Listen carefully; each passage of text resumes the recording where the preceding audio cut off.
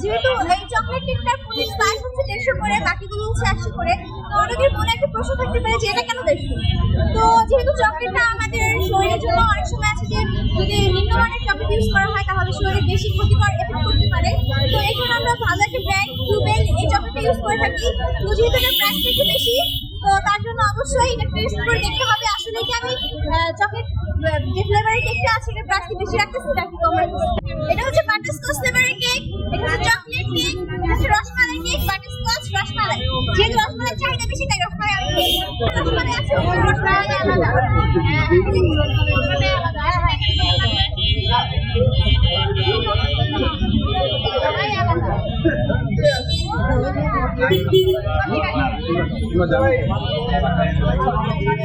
আপু এই যে পিস কত করে?